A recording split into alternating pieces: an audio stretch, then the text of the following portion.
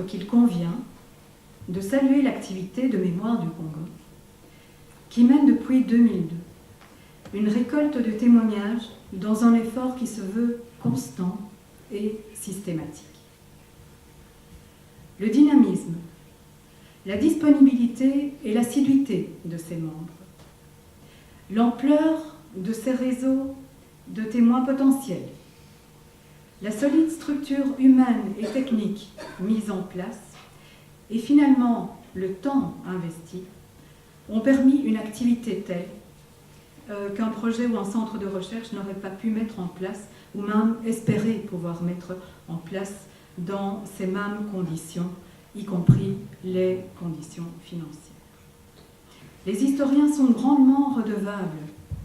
à Mémoire du Congo, ainsi qu'à son alter ego néerlandophone Afrika Getuigenis, de leur fournir des sources inestimables pour la recherche et dont la nécessité et la richesse, j'en suis persuadée,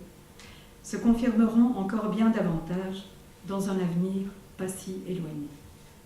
L'élément biographique, la saga familiale, sont autant de fenêtres ouvertes sur la grande cour du temps et de l'histoire. Si certains considéreront qu'ils sont parfois anecdotiques, dénués d'intérêt, ils apportent néanmoins une multitude d'informations qui, mises bout à bout, permettent les comparaisons, les traits communs, les différences de vie, de vue, d'opinion.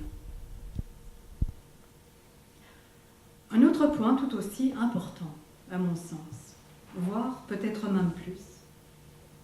c'est que ces témoignages permettent de donner la parole à ceux qu'on n'entend pas dans d'autres sources,